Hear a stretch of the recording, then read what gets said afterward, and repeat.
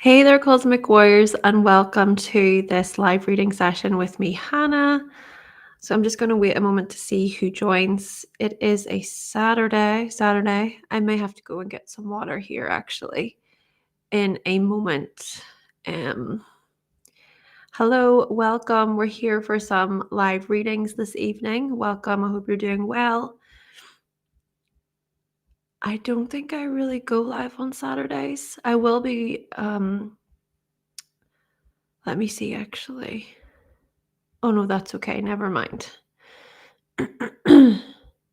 Yeah, I'm gonna go get some water and then I'll see who starts to come in. If you start to come in, say hi. Hope you're doing good. Yeah, I'm gonna get some water. I should have had that set up before. Oops. 2 seconds. Okay.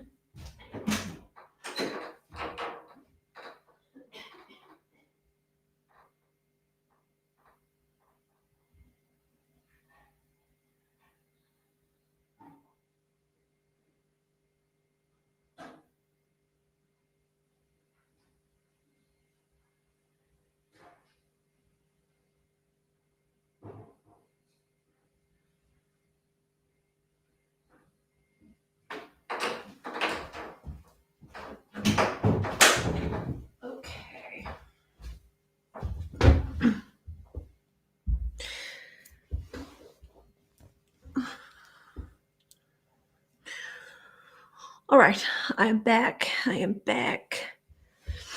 So, anyways, yes, we're here for some live readings this evening. We'll see if anybody is interested.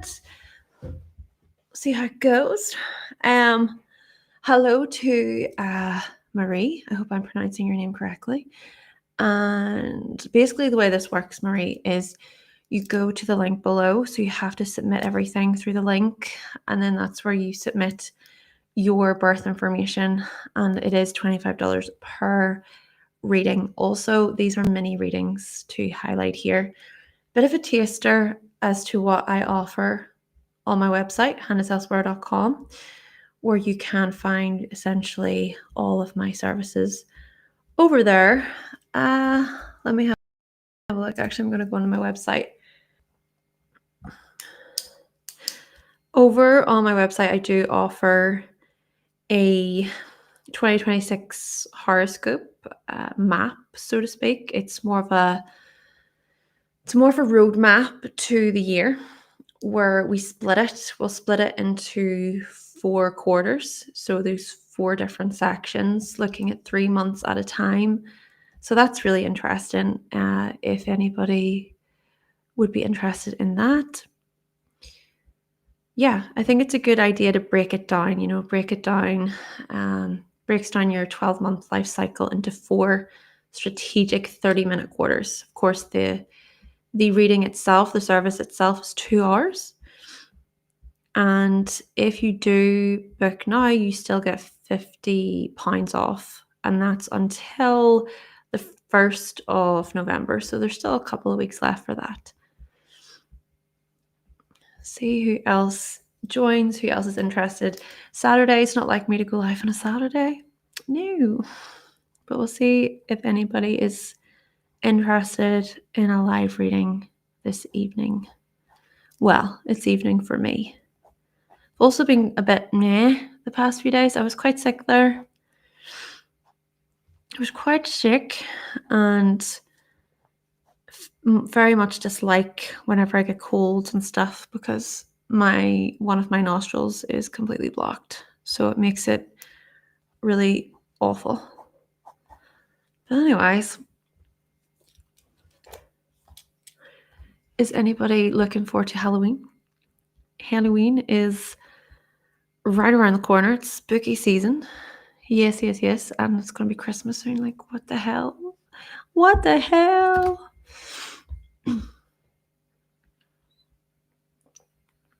Had to have water because, I've been coughing quite a bit.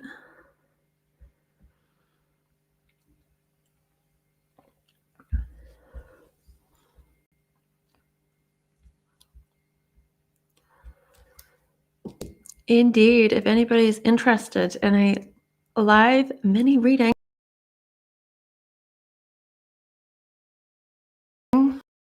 The instructions are down below. Am I freezing? I think I'm freezing. Me. Am I freezing?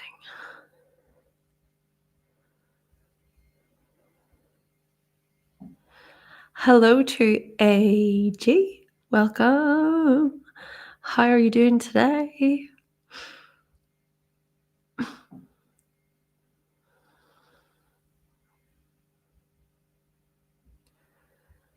Okay. I am. Great. Great. That is brilliant. I'm freezing. I hope it improves.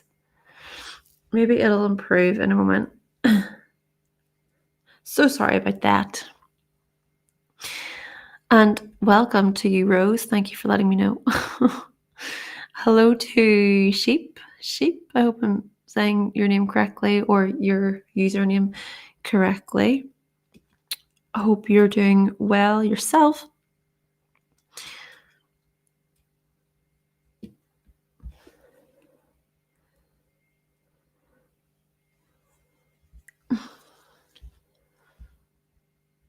Let's see, am I still doing it? Let me have a look.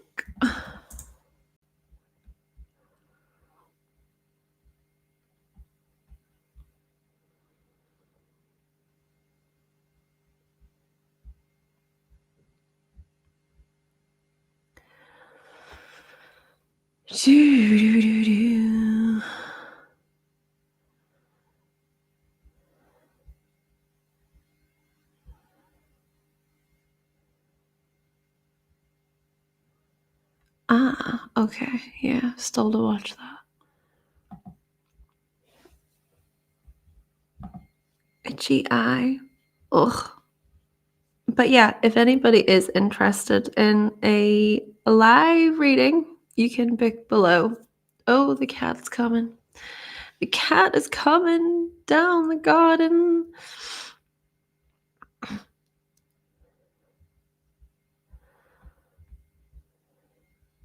I'll give it maybe another 5 minutes or so, and if nobody books, I'm just going to leave it for this evening. Oh, Rose, you say that you're filling it out now. Okay, no problem at all. I will wait. I shall wait. Let me check and see if inside.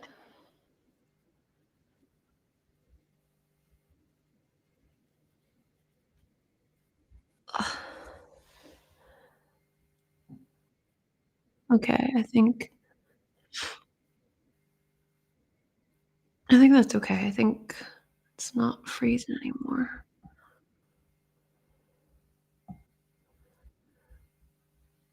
Uh-huh. Uh-huh.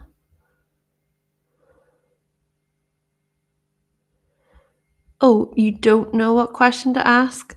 Hey, if you don't know what question to ask, I can always do more of a general sort of thing, a general reading. But do keep in mind that these readings are mini, okay? They're not, full-blown readings, but yeah, we can explore your chart in general, and that also depends on what your experience has been like so far with having your chart read. I mean, if you've had your chart read before or not, let me know that. It could even be a certain area that you want to focus on. Maybe you want to focus on relationships, maybe you want to focus on career or finances or health or whatever.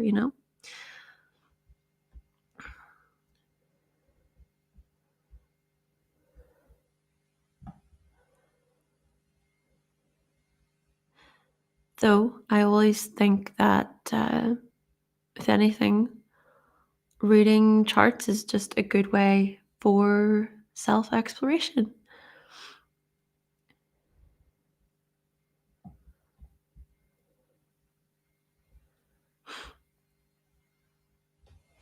Let's see, give it some more time. But yeah, if not, it's all good. I have snacks waiting for me. And Ozark, the series Ozark, I have to finish that series. I'm looking forward to that. Okay, thank you, Rose, for booking. Let's see, anything interesting? Oh, you've never had it read before. Interesting. All right, let's have a look. Let's explore you. I am just putting in your info. Oh, it's gonna be, yeah, it's your birthday soon. Well, happy early birthday. Maybe you could look at this as like a little birthday gift to yourself from you to you. Okay.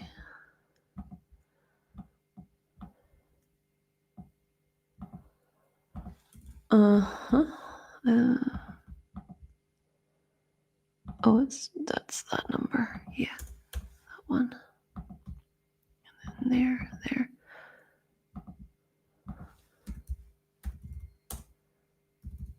Uh, oh, hold on. Oh, yeah. Go there.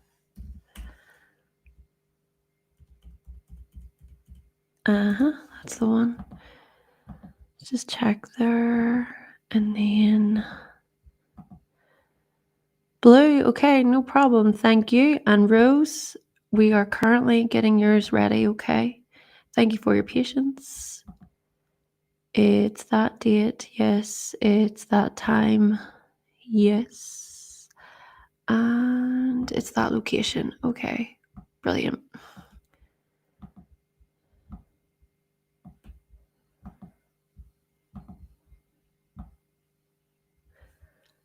And we'll go here. By the way, with your birth information, I do keep that hidden. Just to let you know, I keep that stuff hidden. Go here. Yep.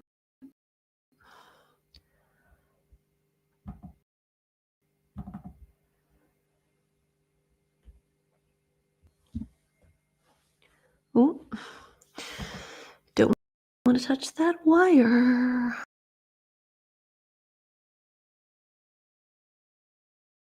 Okay.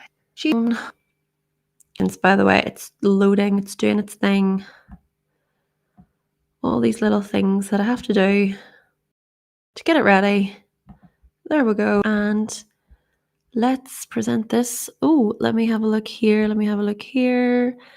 Bum, bum, bum. Jennifer. Hi, Jennifer. You said that you're new here. You had your birthday on the 1st. Oh, happy birthday for the 1st.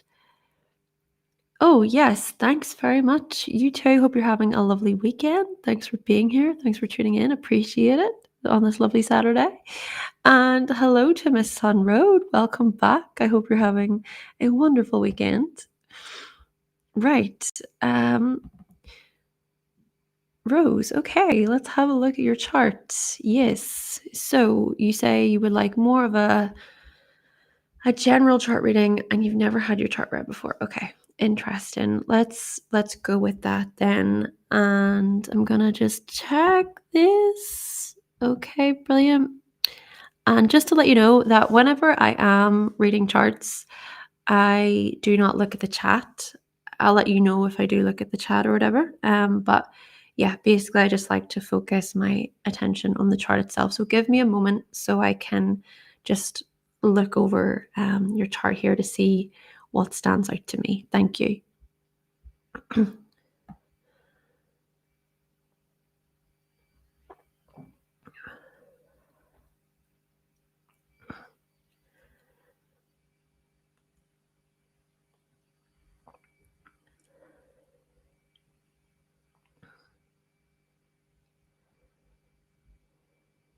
Okay, let's begin. And remember, these are mini readings. And if anyone is interested in booking a full reading with myself with more time and, of course, more depth, more detail, you can visit my website, hannahselsewhere.com. Thank you. All right. What we're going to focus on firstly here for you, Rose, is the fact that you've got this Pisces rising, okay? And so with Pisces being on the rising, what this essentially means is that your life path is rather fluid and you can be somewhat adaptable to new experiences, maybe quite receptive and quite open. Now, one way to think about this is possibly you could be easily influenced by others, easily influenced by people within the environment. You might, for example, pick up on other people's mannerisms or their demeanor quite easily, where you can be rather reflective. You might be able to act as a bit of a mirror to other people. And I would also suggest with this one that you might do this more so subconsciously. It's almost like you can act as that type of chameleon. And this, hey, you know what this can indicate is that you can make other people feel pretty safe and seen and valued. At the same time, it could also be a bit of a concern if or when there is too much merging, where you kind of lose yourself in other people, or where other people might possibly project onto you. So these are the kinds of themes that you might kind of be dealing with throughout your life. But I am also going to say this about your life path. Perhaps your life path is a spiritual one. It's one where, you're going to pick up on the synchronicities, the symbolism around you. But then this within itself leads me on to your chart rulers, right? So we want to explore the chart rulers because the chart rulers are going to speak to your identity, your life path, where you're headed in this life, your main sort of areas to focus on. First of all, we've got Jupiter. Jupiter is the planet of expansion and personal growth and self-exploration. And then we also have Neptune. And Neptune is this planet that dissolves. It's a lot more emotional, and it can highlight idealism, romanticism, living in a bit of a fantasy world at times, or following your dreams. So Jupiter is located in Capricorn in the 11th house, up there with Mars. This is an interesting one because what we see here is that Mars is exalted in Capricorn, but Jupiter is in its fall in Capricorn. So what I would say with this one is that this energy can be balanced out. Well, what does that mean though in kind of layman's terms? With Mars being in Capricorn, this can suggest that you're very ambitious, you're a very independent person, very self reliant, self sufficient. You get the job done. I especially think about you showing up within teams and groups and forming alliances and being that dependable force within those types of companies and organizations, right? So that's really beneficial. But then, of course, you've got Jupiter there. Like I said, Jupiter is one of your chart rulers and it's in its fall.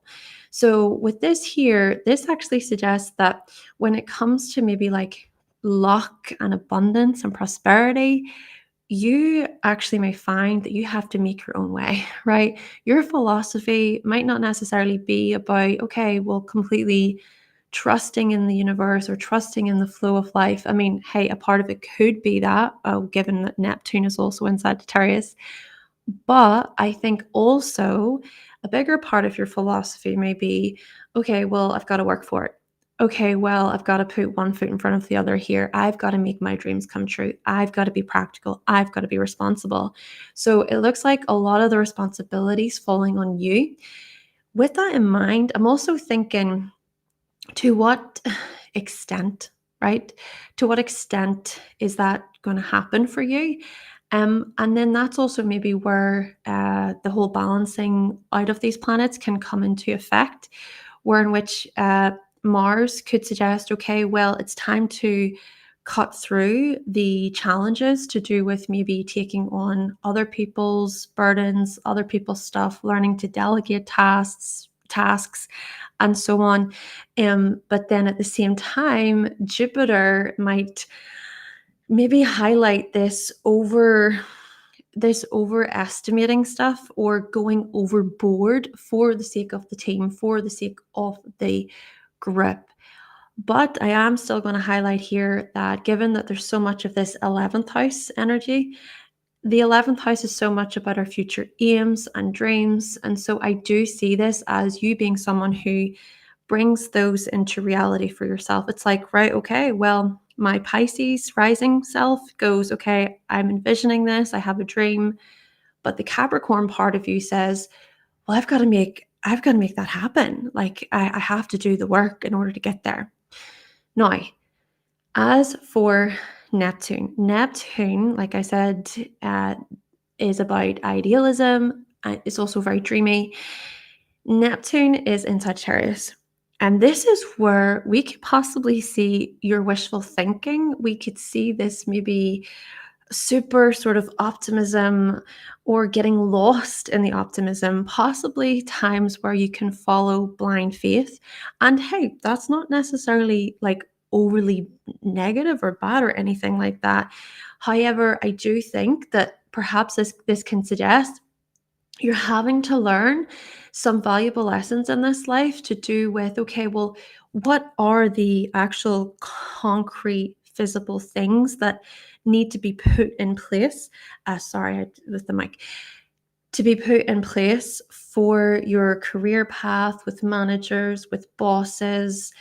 What are your roles, right? Because this could turn out as other people maybe placing certain roles and responsibilities on you that are not actually within the job description or the job spec, not what you signed up for, possibly. That could be it. But we could also suggest that in this life, what you're striving for is a type of position where there's greater freedom.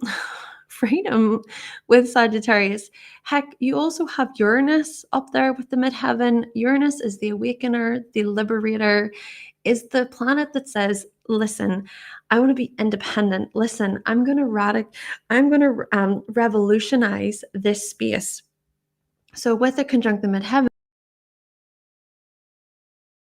and the midheaven is about your image, your profession, your path, your purpose. And so in Sagittarius, this is so much about freedom, truth, knowledge, philosophy, discovery. Like it's the joy that you get even from sharing and learning, possibly traveling. Maybe your type of work really does involve travel to a large extent. Or, you know what, given how Uranus is a part of this, it could be about science or innovation or computers or things like that. Uranus could also speak to maybe times when things have had to radically change. There have been renegotiations that have had to occur within your roles or positions throughout your life. And that has maybe led you on to different paths. And so this is where we see this type of variety. Now, I'm going to say this also as for like more personality wise, sorry, I explained the Pisces rising. You also have Sun and Mercury in Libra. And this to me actually highlights that you're very diplomatic. Yes, sure, to present yourself and to think about so how you present yourself to the world and your identity itself is quite open and receptive and mirroring and reflective and everything.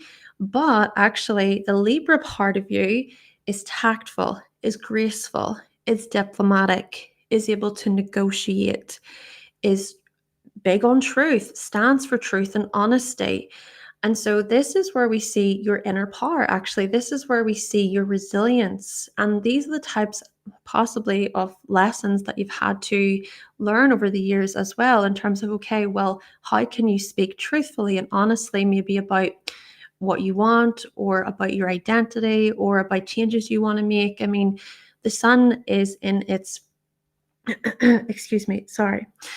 The sun is in its fall here in Libra. And so, what this can possibly highlight is that maybe something you're coming to learn is when other people are trying to that we're seeing these themes, other people trying to put things onto you to deal with, to manage. So maybe this is about you finding your voice, and that within itself could welcome the liberation and changes, effective changes and transformation within your life.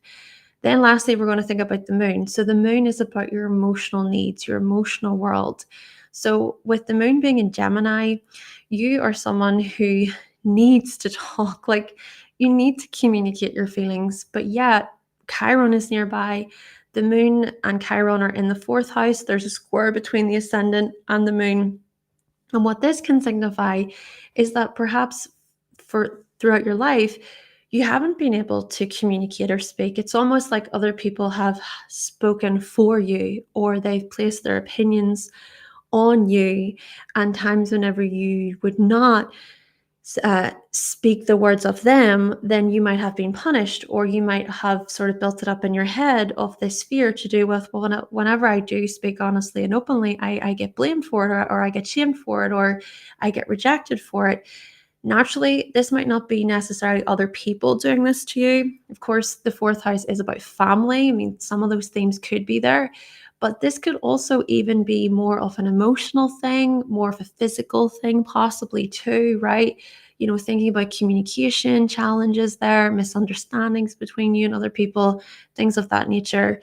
But still, I would also argue that over the years, perhaps you have experienced these significant transitions and changes to do with these very areas. And here's the last thing I'm going to say for you here, Rose.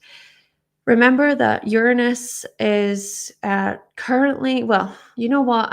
Uranus is going to leave Gemini in the next couple of weeks. So what we'll say here, Uranus will re-enter Gemini from about April, May 2026, and will be there for about 7 years or so. So that particular period, we will see how Uranus will join with the moon, with Chiron in the fourth. You'll experience your Uranus opposition.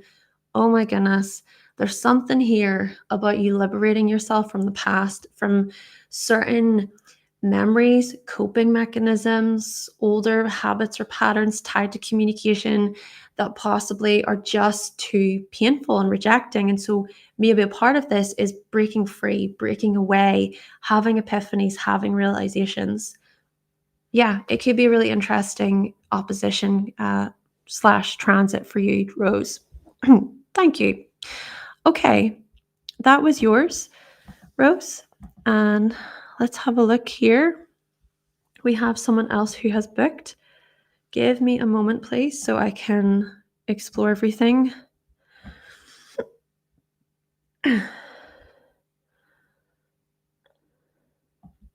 Oh, okay. Let me have a look here. Let's see. Yes, so we have Yeah, we have Tom. Yes. Tom, I got your message via email as well.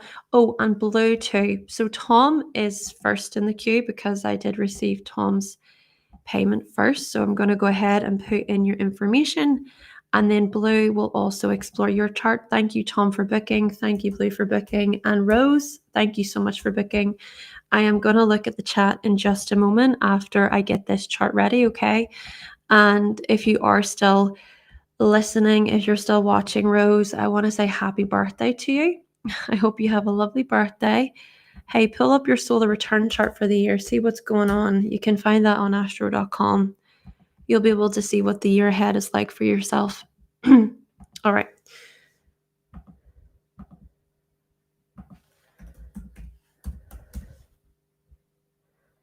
Oh, hold on. What was that? Okay. Is it the same? Uh-huh. Oh, maybe it's that one.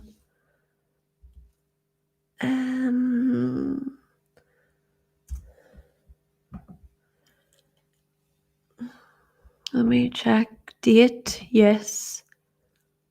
Time, yes. And I'm pretty sure that's the location, but we'll see. Actually, I will go to the chat here. Sorry if I'm really weird. My color, I'm like, oh, I really don't like the dark nights for this reason. Like, I just look awful. Oh my gosh. Anyway. Oh, right. Let's have a look. Yeah, Blue, you say you've sent it. You like to know about your Pluto lesson in the 8th. It hit you in May this year. seemed to have calmed down in July, but the second wave came in September in a different way, but the same theme. Advice timeline wise, more waves. Okay, no problem. Rose, spot on. Oh wow, interesting. Into a spiritual awakening. Oh, when your dad. Oh, I'm so sorry. Oh, that's so raw as well. Um, Rose. Oh, and having not worked in over 10 years, okay, you're a stay-at-home mother. Okay, that makes sense with moon in the fourth house. Yep. And that kind of opposition. Yeah, Uranus is the sudden changes there. Eighth house is also about loss and death and grief there as well. I think the south node would have been traveling through your eighth house around the time that your father passed. Uh, you're heading on a spiritual path. Interesting. Yep. Well, the Uranus transit, that could be super fascinating for you.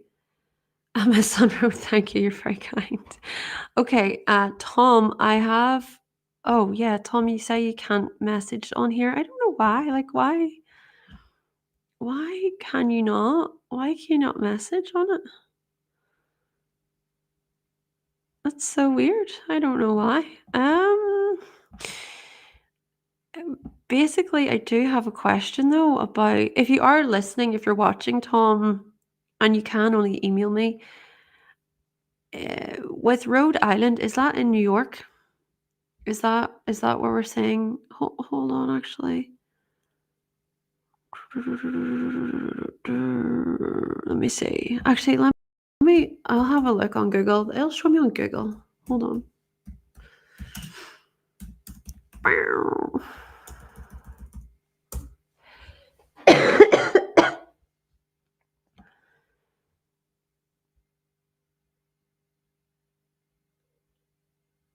Okay. Well, yeah, but like,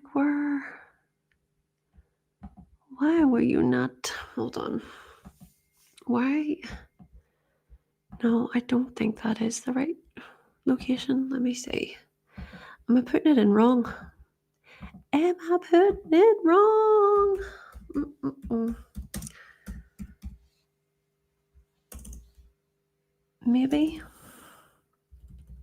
Oh, maybe I just need to go down the list. It could be that. Ah, I got it. Sorry. Got it. Yep. I've got it. My apologies. We got there. We got there.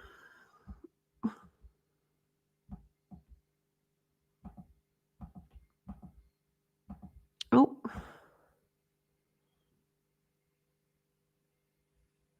Thanks. You messaged as well. I don't know why you can't message on here. It's so weird. I'm so sorry. Uh, Hi, Alexander. Do you say that you're also sick? Nah. Well, yuck. Yeah. I hope you feel better. What is it that's wrong with you? I had like just a really awful cold for a few days there. Just can I swear on here? Just shitty. Like just shitty. Can I swear on here? Okay.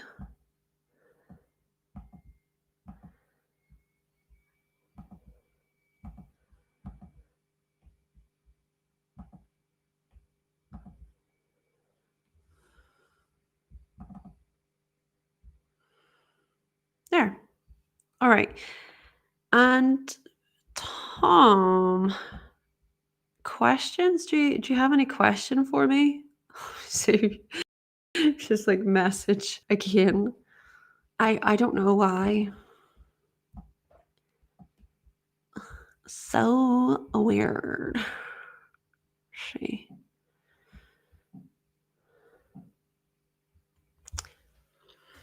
Mm. Ugh, am I trying to dim that light a little bit? It's really annoying me. It's really annoying me. Oh.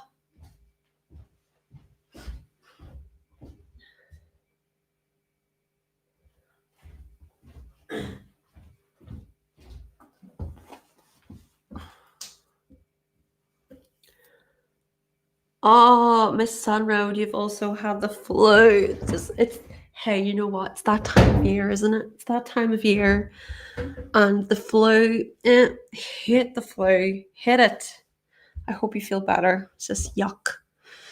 And Alexander, you're in Venice. Oh, lovely. Not like, I suppose you can't really enjoy it much, can you, whenever you're not well? Bleh. But here, you know what?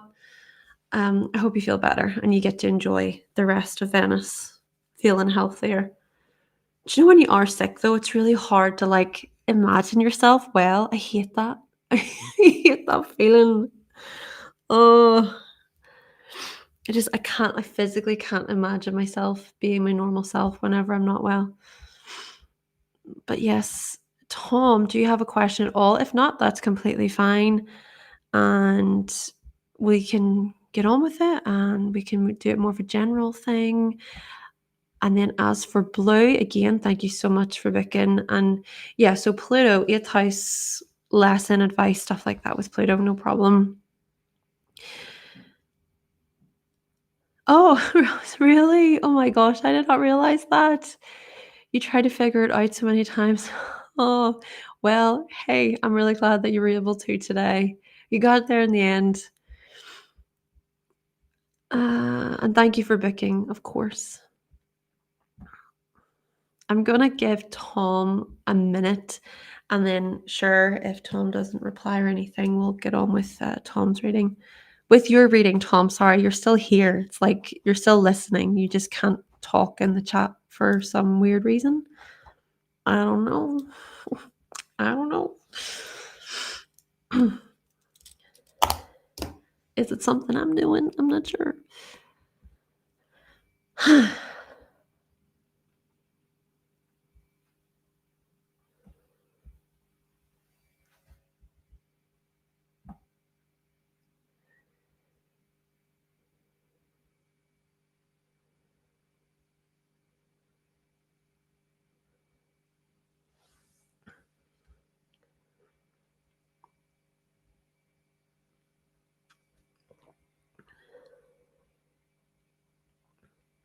Oh, let's see. Okay, I'm reading.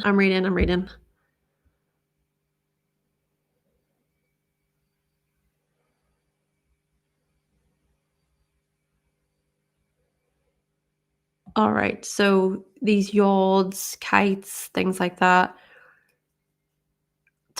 Bit tough. Okay, no problem. Give me a moment, please, so I can look at your chart. And then I need to scroll down to the bottom. Brilliant. All right, where's the sun? Oh, that was an accent. It's like a day, more of a day chart. Mars. Okay. Yeah. Jupiter.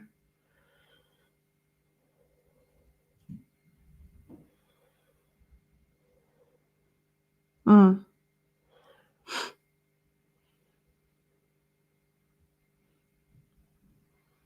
Yeah, a lot of 11 degrees. A lot of them. Oh, let me check that. Give me a moment. I need to find something here.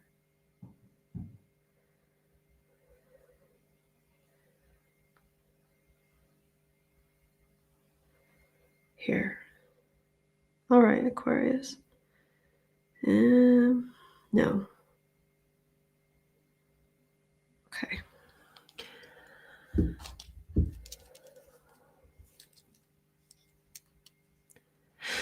Okay, Tom, we will begin then.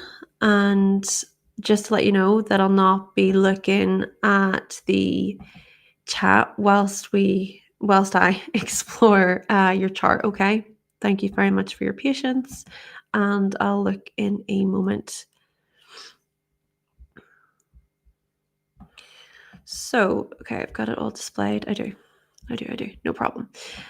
Right, so Tom, let's talk about you. Yes, this type of yod configuration is sort of more so gathered, well, the kind of focal point within the yod is located in the 12th house. So you've got a lot of 12th house energy here. So I feel like that is the pull, that's the call right now. Right. So you've got the Sun, the North Node, Chiron, and Venus all in this 12th house. So let's just take it back a moment and think about what the 12th house is really about. So the 12th house is strongly about karmic endings, cycles come to a close.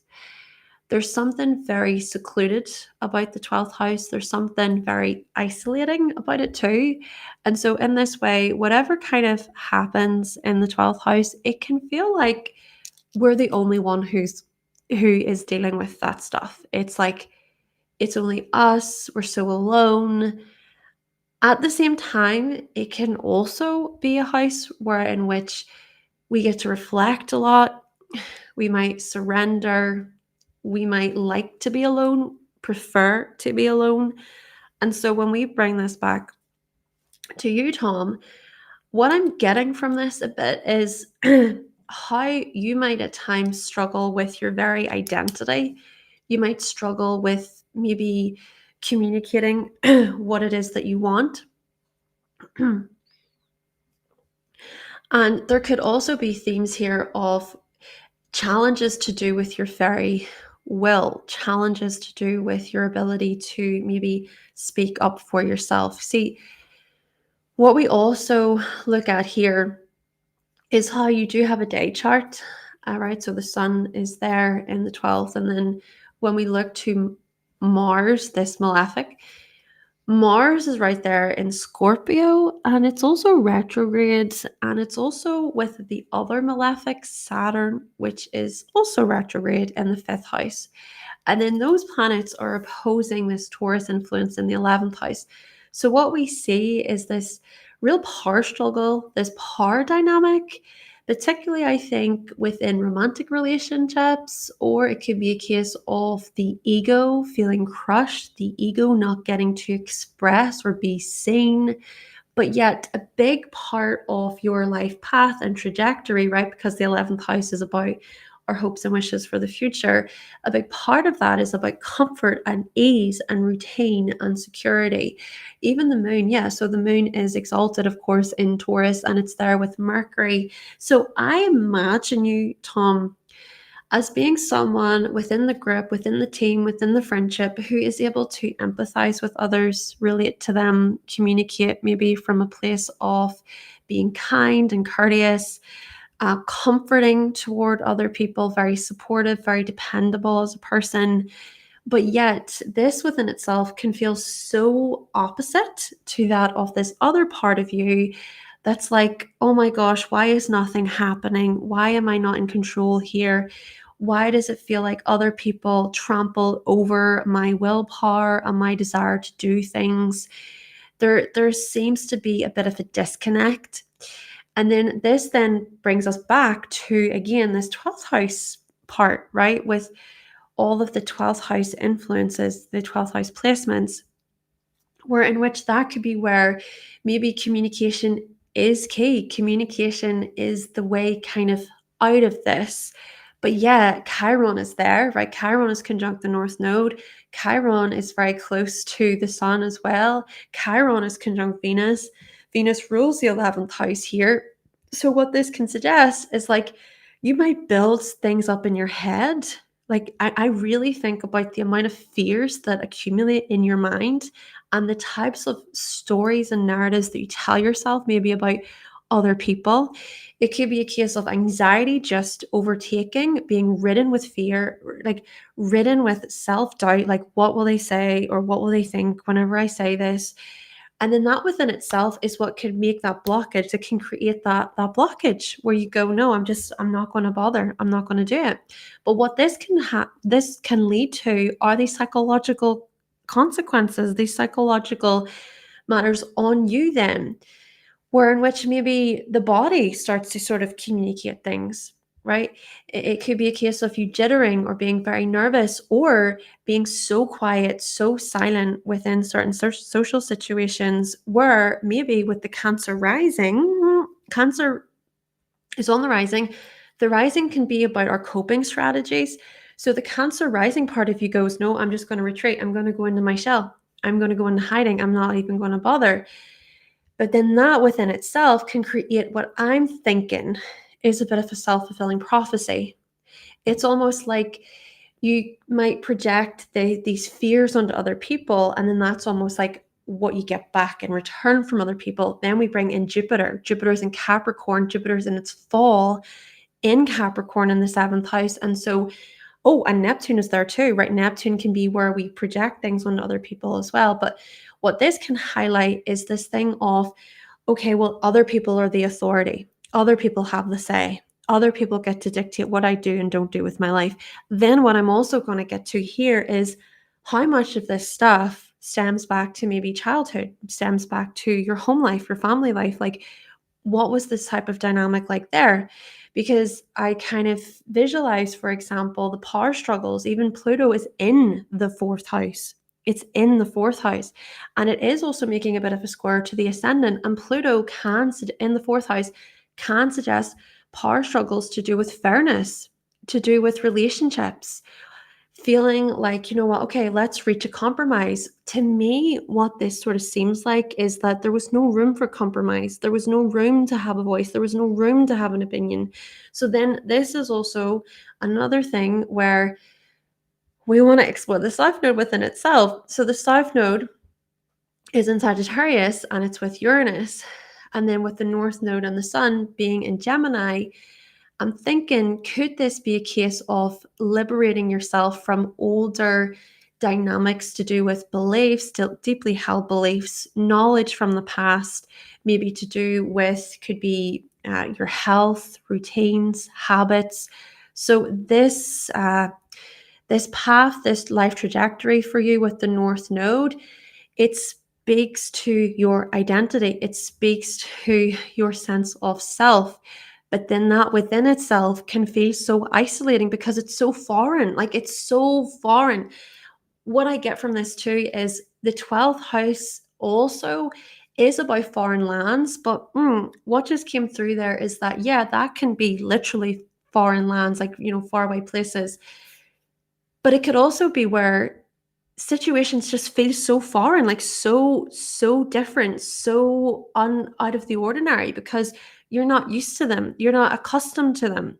So what I'm thinking here is that a part of the North Node with your Sun in Gemini, it's like screaming at you to perhaps say, or to think about, okay, well, what are my views? What is it that I want to share? What about my identity? What have I maybe outgrown in my life? And then this is a part of the, like you're trying to get at here, this is a part of the yod. This is the release. This is the sort of push forward. And here is something, Tom. Uranus, Uranus just entered Gemini. Of course, going to move out of Gemini again, but by Taurus season, so that's around about May, April time next year, so 2026. From that time, for about 7 to 8 years or so, what's going to happen? Uranus, the liberator, the awakener, the revolutionizer, is going to come and absolutely like change the narrative for you. It is going to waken you up. It is going to get you getting so much clarity. It's going to get you thinking differently. I mean, it could be a case of a certain routine or a schedule or a health matter that you've been struggling with, and maybe a concern to do with maybe everyday stuff. Those things are going to change. Those things are going to be so vastly different. This is where we see notable changes come in, but it's also a case of, are you willing to embrace the change? Because that's equally a part of what the South Node is trying to highlight here. Are you kind of willing to surrender to the kind of old way of doing things and to embrace a new way of doing things? Then again, hey, it could be a mix of the two when we consider balance, of course, when it comes to the nodes. But still, there's something coming through for you over the next number of years that speaks to leaving this practical way in the past and embracing a new way to do with maybe your inner world connection to, okay, well, these are my views, these are my opinions. And it's finding maybe people who align with you, who you can connect with. I'm thinking that you might find a new group of friends or a new community, or people who basically they are able to meet you where you're at. And I think that speaks to the Venus stuff. So Venus rules the 12th house, like-minded individuals in this way. Yeah. Well, also, I'm just going to say last thing, it could feel like a bumpy ride. Uranus transits can be challenging because Uranus can show up as completely shattering the older system. And heck, this doesn't have to be where your whole world like comes crashing down and everything. This, perhaps because Gemini, it's more mental. It is. It's more mental. It's more intellectual. It's more communicative. It's more social. But there's still something here about welcoming a new paradigm. So yeah, that's what I'm going to say. If naturally, if you want to know more or go into more depth, you can always book a reading with me. But these are mini readings. Thank you so much, Tom. Okay. So we have Blue, who is next. Thank you so much for booking. And then we have Melissa. Melissa, thank you so much for booking. Let's see. We're going to put in your info. And Tom, I know that you can't say anything on the chat. I don't know why, but if you do have feedback, naturally, you can always email me again.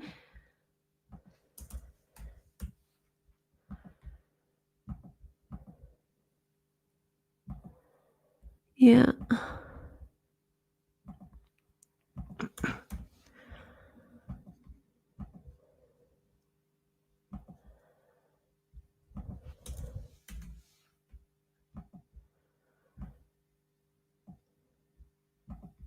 Yeah, I think that's the right time.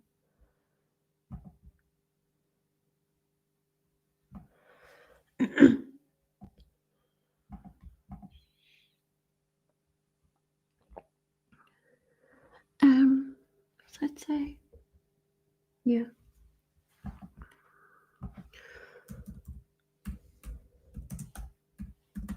I think that's it. Okay, so time, correct.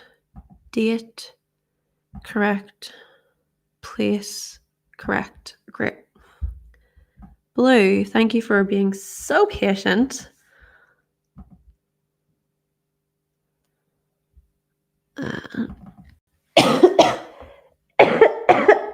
Excuse me. Excuse me.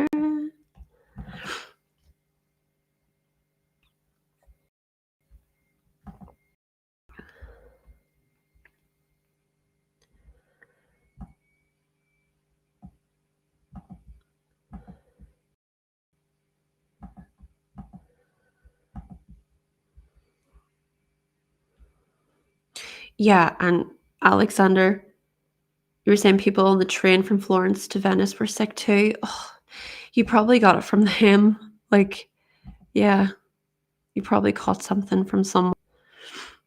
I think that's what happened to me last week because I was at an event and so many people, so probably picked up something.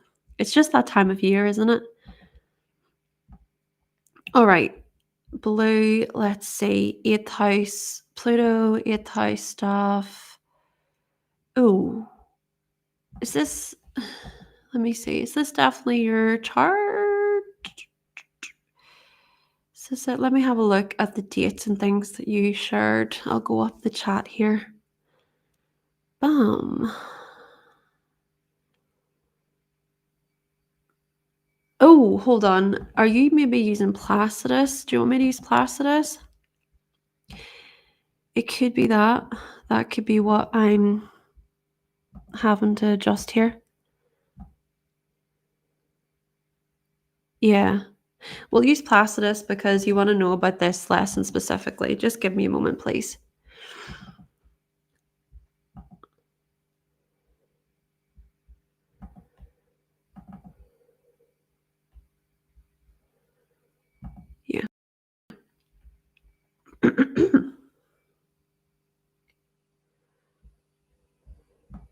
Well, it looks like we're all sick. We're all coming on and saying how sick we've been this week, so that's fun.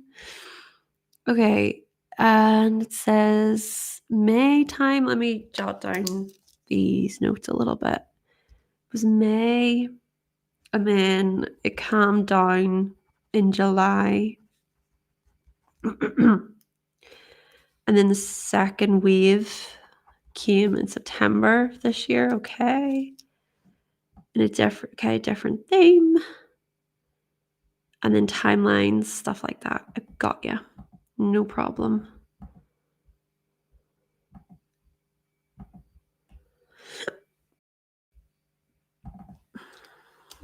Okay. Oh, what am I doing? I didn't mean to do that. Let me move that. Okay, there we go. Let's see. Give me a moment, please, Blue, and so I can check the info here.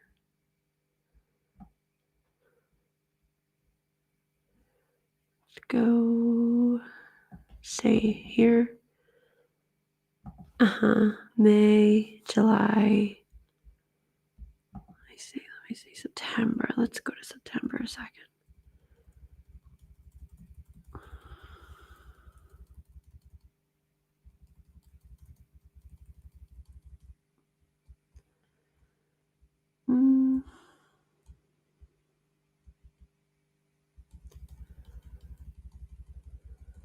No.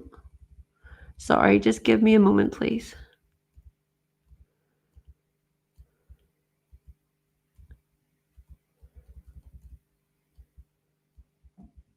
Saturn.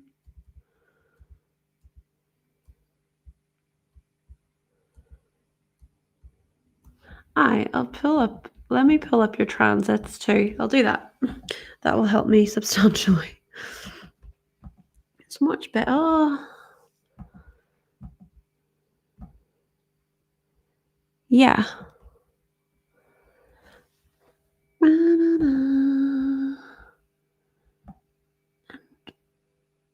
So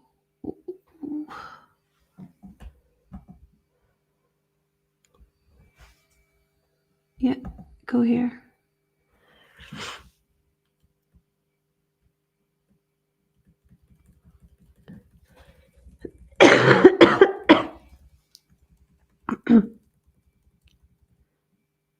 Right. Okay, no problem. Let's see. Thank you for your patience, Blue. So transits. Yes, we've got the chart on the screen. We've got that, no problem. And then we've got transits. Okay.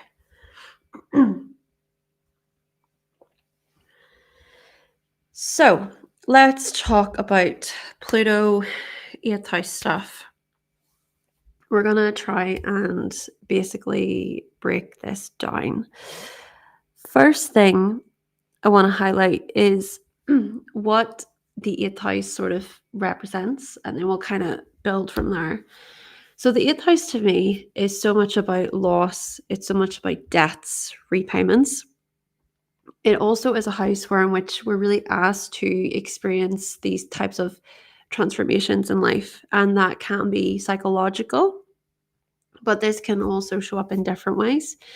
So in the case of you and how that may relate to you personally, what I'm finding quite interesting about your experience, sorry, excuse me, I just haven't been very well, is how you've got this Pluto that's came into the sign of Aquarius, and where your natal Pluto is it's in Scorpio in the 5th house, and it is retrograde. And what will happen over the next coming years is that the transit Pluto will get even closer and closer and closer to creating what is known as a square.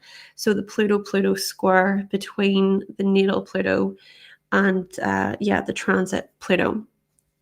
So what this can maybe highlight is that, well, there could be some themes to do with, right, well, where in which have you maybe felt disempowered throughout your life to do with love, romance, connecting with other people, maybe a deeper level. Maybe some intimacy concerns could rise to the surface, could come up to the surface. But with Pluto being in Aquarius,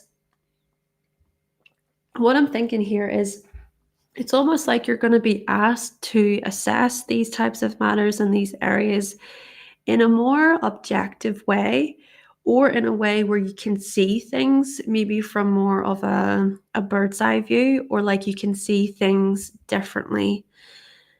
So what this can maybe also highlight is what feels like a bit of an identity crisis, or this moment of, oh my gosh, who am I going to be without, it could be a certain identity tied to a romantic partner, a past love situation, a hobby, an interest. It could be children as well.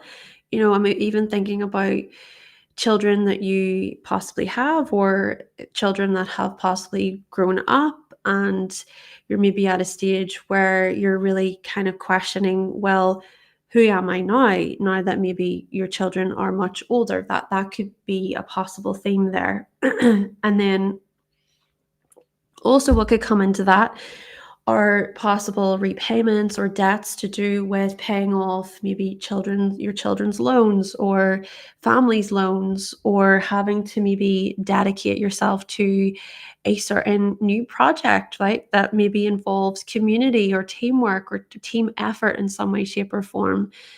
And then the other thing is that over the past number of months, well, many months, Pluto has been retrograde. So with Pluto retrograde, that has been an opportunity for you to refine these types of questions, to review, okay, well, is it that you are maybe having to think differently about what your life looks like, differently about certain hopes and visions, and where you are sort of at in your life now, or what else would you like to achieve, or what else would you like to do? Maybe, hey, it could even be about you wanting to actually conceive yourself, right? Maybe it is about having children, or there are interests there, or it could be something about having to bring a certain situation to do with children to a close. Even I do consider how the eighth house speaks to conception. Now, that is just one angle, of course, but another angle could more so be about, well, free time, or time off for pleasure, for leisure, things that you can do during your spare time that do not involve having to work, or having to think about all of those other kinds of responsibilities. But then what can also be present there is that challenge, this kind of challenge where, oh, well, can I really spend time off? Because maybe there's all of these other things that need to be done for the greater good, for the community, for a cause, for others, caring for others, supporting others in some way, given how Aquarius is involved in this too. Now, like I'm trying to get at here, Pluto retrograde maybe has pointed towards more of an internal view, or having to reevaluate what has already unfolded so far along your journey, along your path. But what's going to happen is Pluto is going to turn direct. Yeah, Pluto is going to turn direct on the 13th of October. So that's in 2 days.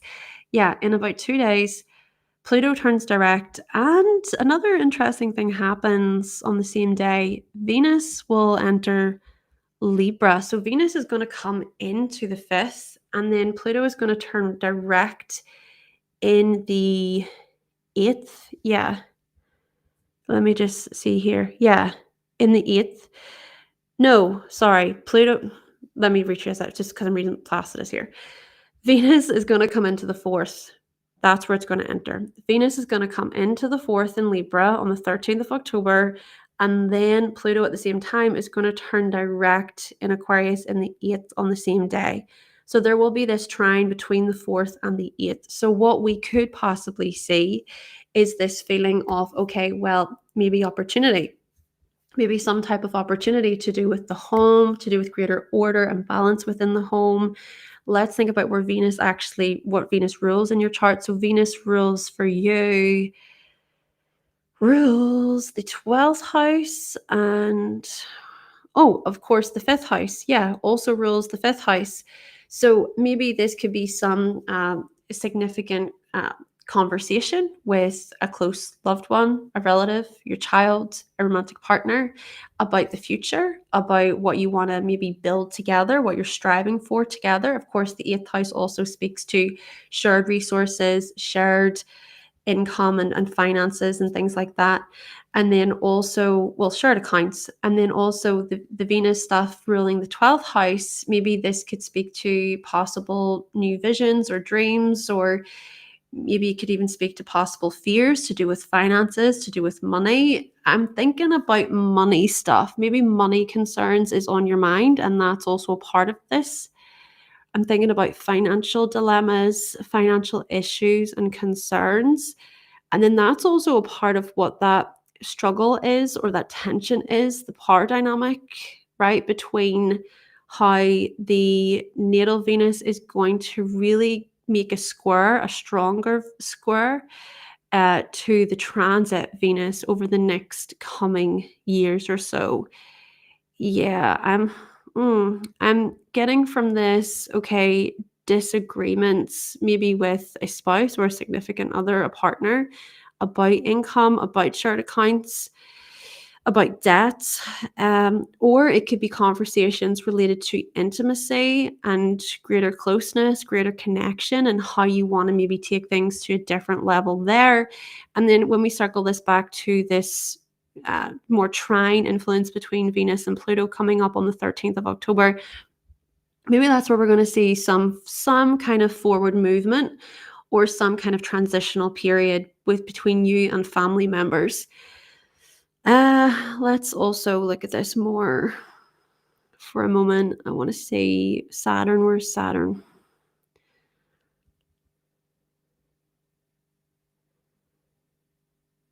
Mm. Yeah, I'm also going to say, right, so basically you have already a good bit of eighth house in Capricorn, and the natal Venus is in Capricorn. And then Saturn rules this eighth house. Saturn is in Sagittarius in the seventh with Uranus. Yeah, I'm thinking about relationship themes here. I'm thinking about maybe a significant transition to do with moving away from a particular relationship, or starting a relationship where in which you're having to really define what you want from it. Or it could be that you are experiencing some type of obstacles or this uphill battle feeling to do with, again, it's like shared accounts. Yeah, Venus is already in the eighth house, speaking to those shared accounts. And then Neptune is further there in the seventh house. So we think about the idealism there. And then also you've got Chiron, which is opposing the Saturn influence. And then that could be where there is this tension between, okay, the other versus yourself. And then those identity crises, if you will. That's interesting. Okay.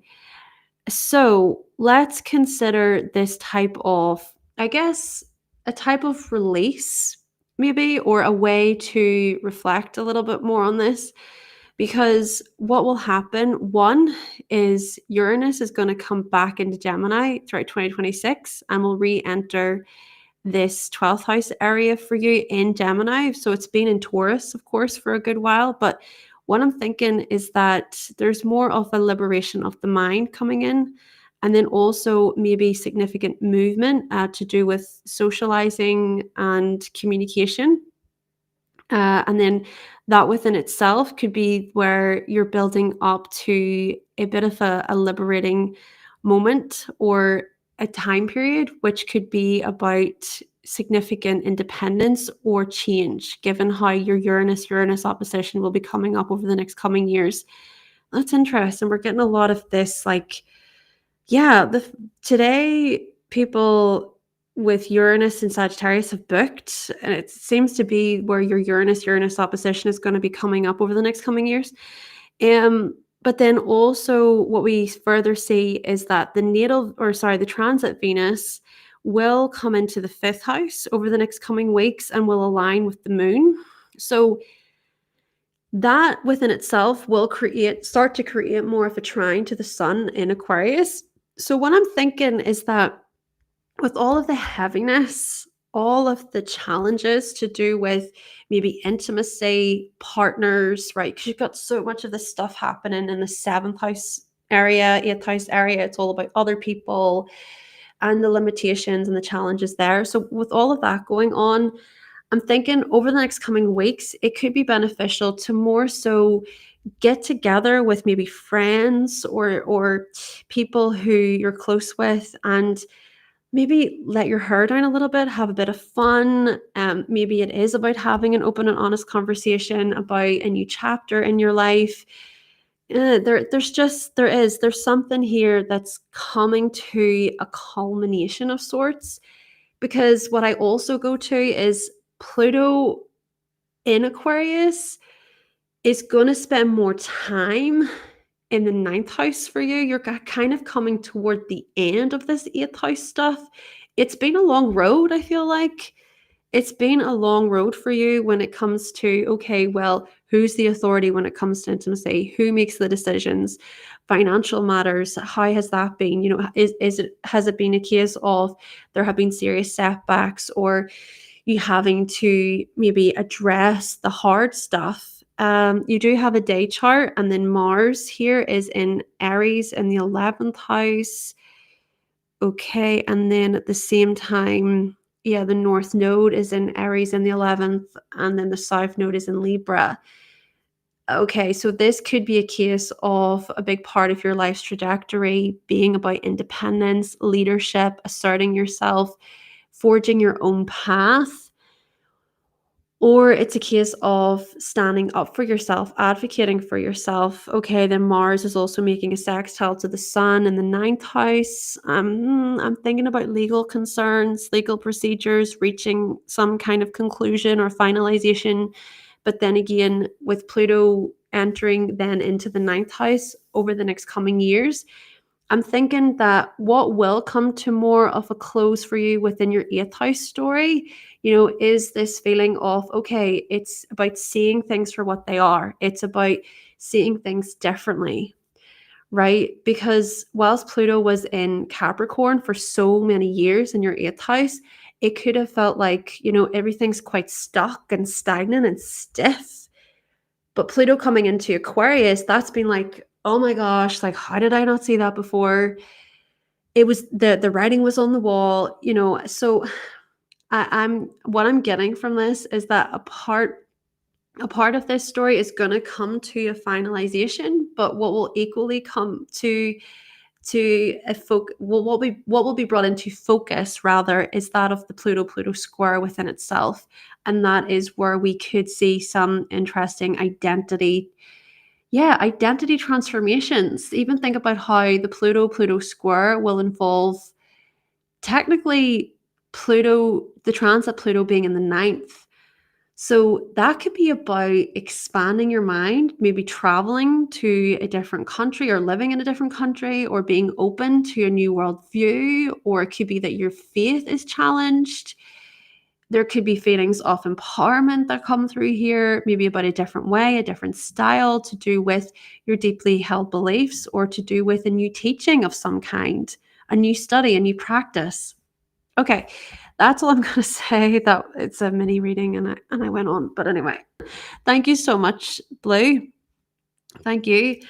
We did use the Placidus system there. Whoa, interesting. All right, I think I'm gonna edit this and then this is going to be my final reading for today because we're going to talk about Melissa's chart. Thank you so much for booking, Melissa. And I'm going to say down below that I'm fully booked. Oh, hold on. We have feedback here from Tom. Oh, amazing. Oh, you're new to astrology. Okay. Amazing. Well, thank you so much, Tom. Thanks for your feedback. I appreciate it, and I'm really happy that I could be of service. And blue. Oh, yeah. So much going on. Yeah, the 8th house is, what change? Yes. Wowee. Hey, thank you so much for sharing, and I wish you all the best, Blue. All right, give me a moment so I can put in Melissa's info.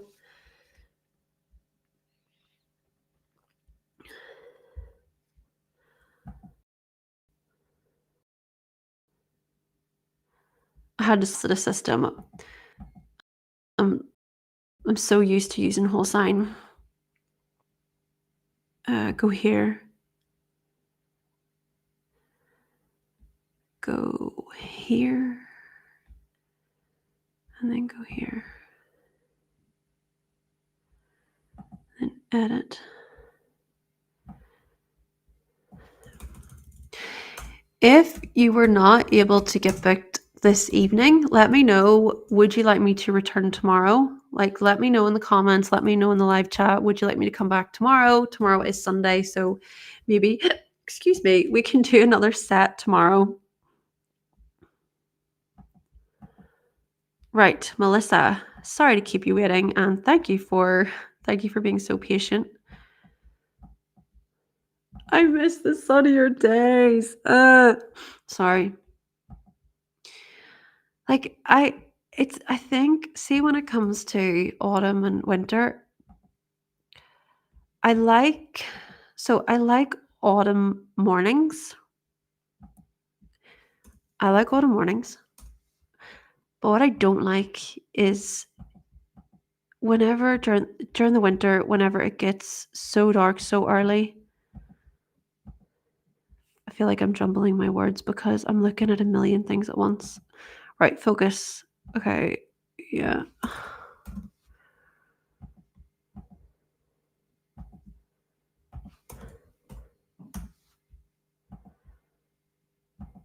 Go there.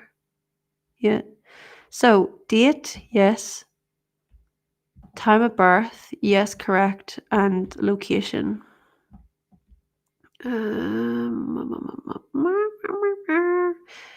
Location, where are you? Can you, right there.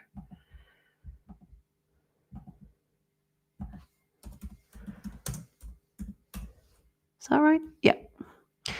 Perfect.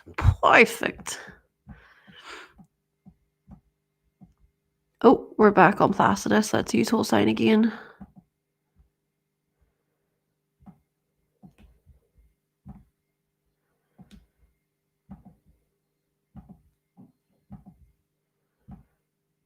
Okay.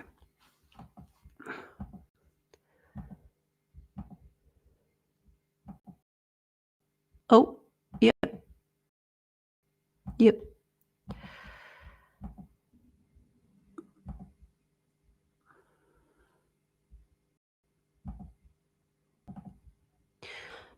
Do you know what? It's been good. I've enjoyed this of readings today. I have indeed.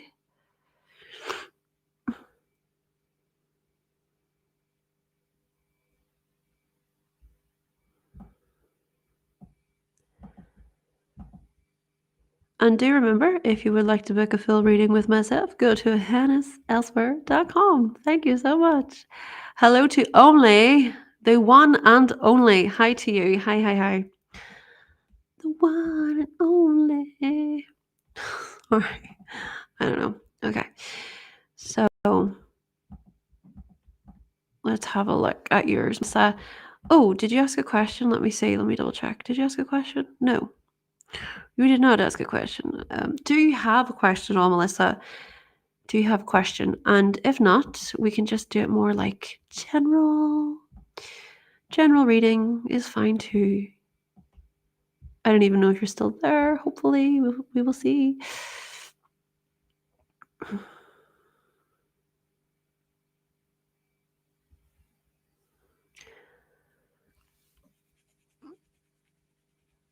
You know, I actually haven't been on for that long, but it is getting to that time. Can't wait to finish Ozark. I have a couple more episodes. Don't ruin it for me, people. Uh, yes, I'm not sure if Melissa is still in the house. I don't know. If not, it's okay. We can do it more general.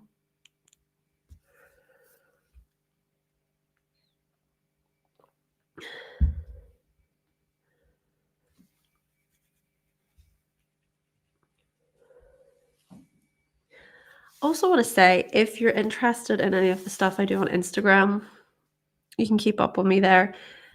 There are some posts and things that I share over there.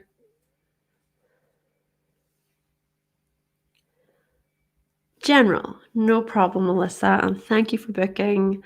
Love the name, love it. And only, yes, good to see you too. Thanks for joining. Right, I'm not going to be looking at the chat whilst I read Melissa's chart. Melissa's chart is the last chart of this evening. And then if anybody wants me to come on tomorrow evening, let me know. Okay, just comment down below or let me know in the chat or whatever. All right, Melissa, give me a moment, please, so I can look at your chart.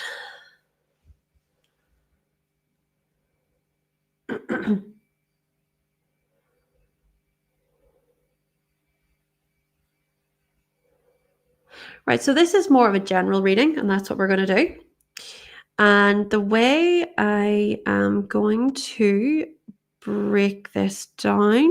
Oh, sorry, give me a moment. That's fine. Okay, let's refocus. The way I'm going to break this down is I'm going to start by exploring this Leo stuff happening in the first house.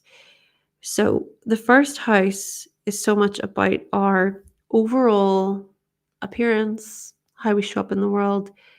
It can also act as a bit of a coping mechanism to protect ourselves at times. So what we see here is that with Leo on the rising, there's something about the warmth that you bring, generosity, and seeing other people shining your light on other people. Maybe you have a talent, a gift at seeing the good in other people or being able to identify other people's good character. And then what we further can see is that when it comes to even communication, you might be somewhat reserved. You might not necessarily say everything at once or share everything at once. I see this somewhat as you taking your time or having to build your confidence, to grow in your confidence over the years with relation to communication, socializing with others, engaging, joining in with others.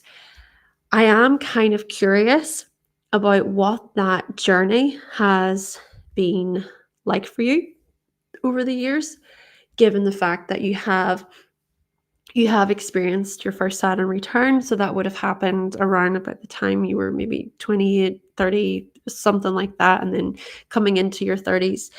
So maybe, you know what, coming into your 30s and beyond, you have learned a great deal about, okay, well, being confident doesn't mean having to be the loudest person in the room.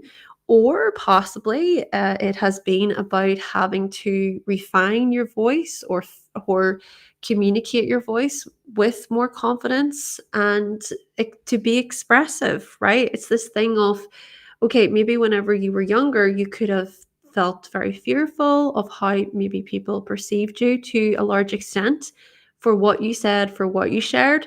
But you might be at a stage in your life now, Melissa, where you feel a lot more sure of yourself, a lot less apologetic. And this could also likely speak to you getting in touch with your inner child. That's what I'm also thinking. And you know what? Another part of that could be related to, and this is just a possibility, like I don't know the context of your life or whatever, but another possibility here is it's been through actual children that you've been able to express yourself more boldly, more loudly, with greater curiosity, like to ask the questions, to be inquisitive, to be very curious with other people. And yeah, so what I'm trying to get at here is maybe it's been through the fact that you've had children yourself and they've taught you so much about just embracing freedom and being spontaneous and going with the flow, and everything doesn't have to be so planned out and structured and particular. But then, it could also possibly be that what has unfolded for you is that you've joined certain communities and groups where you have felt noticed, you felt loved, you felt appreciated by others. You've got so much Gemini in the 11th house. And you know what? That could very well highlight you being a big networker, or you being a part of significant groups or teams, being a facilitator, being a host, you putting in a lot of study, you learning a great deal about relationships and how people work and operate, and how you can connect with them, how you can relate with them. And then what do we also see? We see that you've got so much Libra, right? You've got the moon there in the third house of Libra, in Libra, sorry.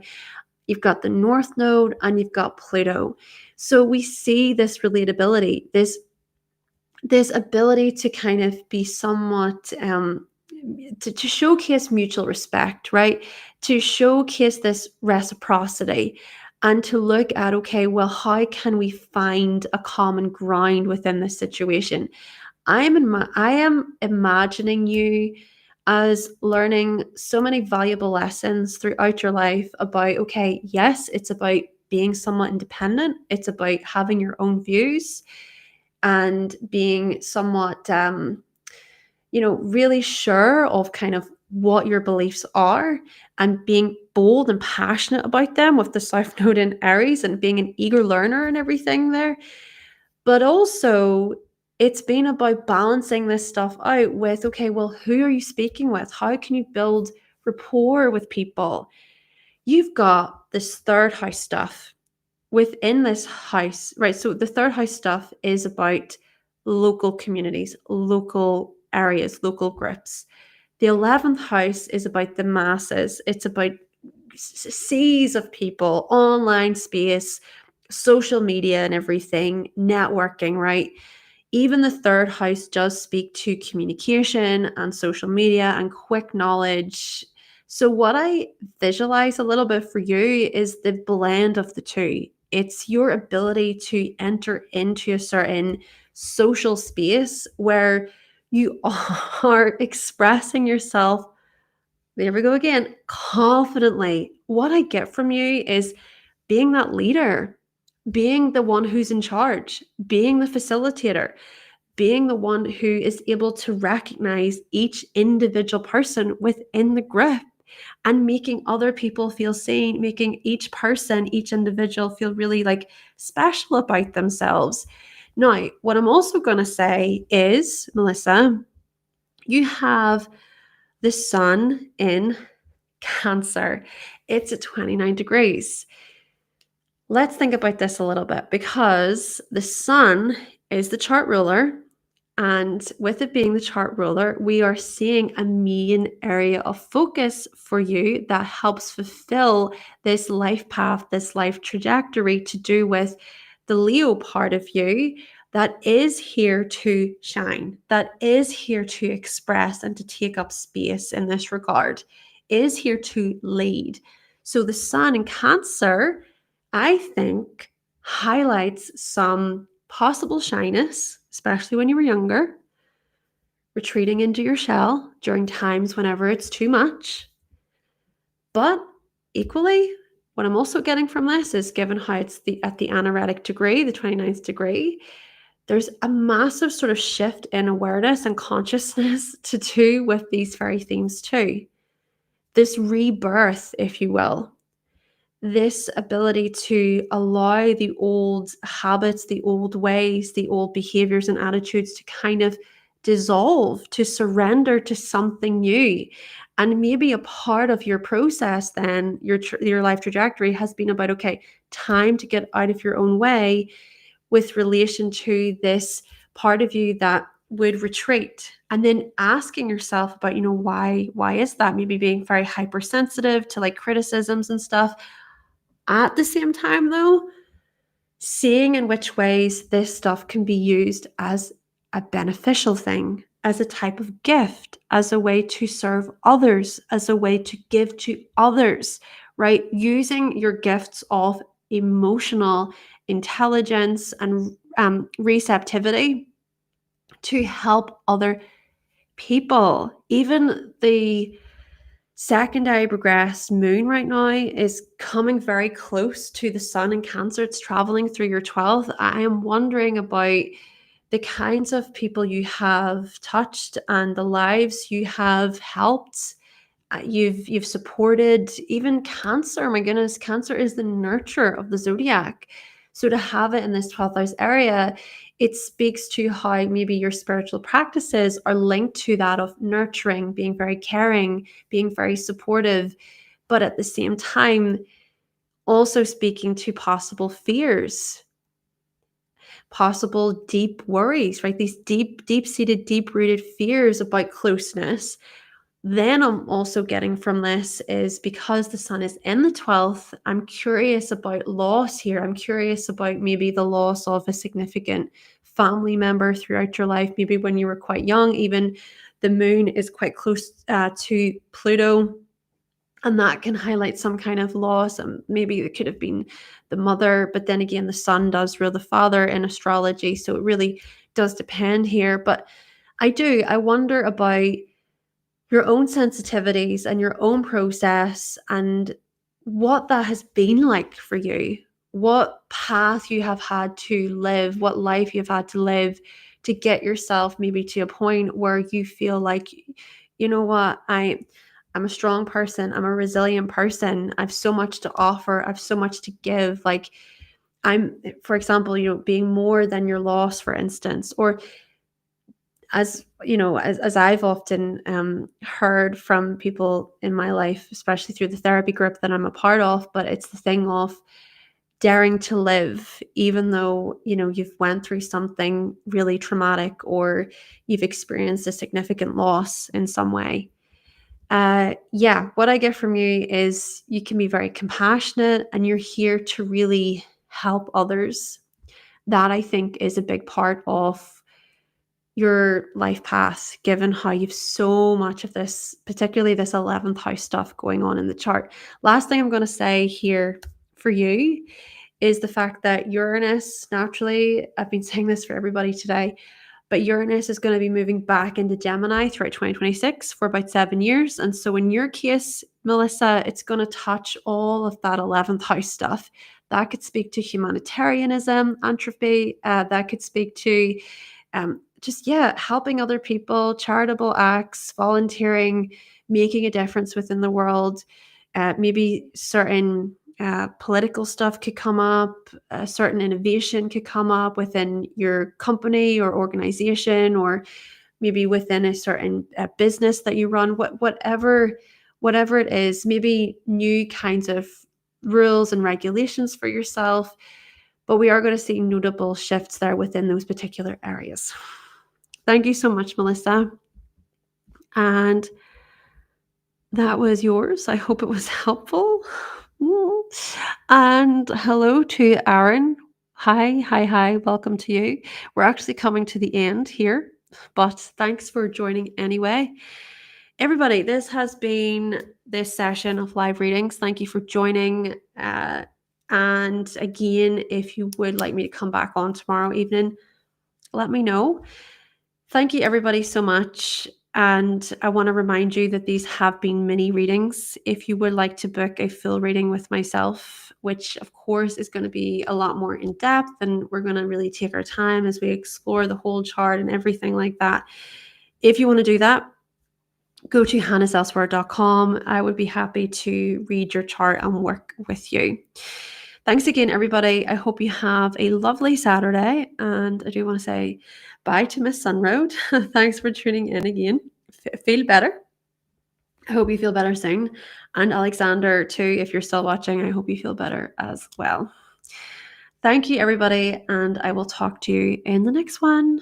Bye. Thanks, Melissa. Bye.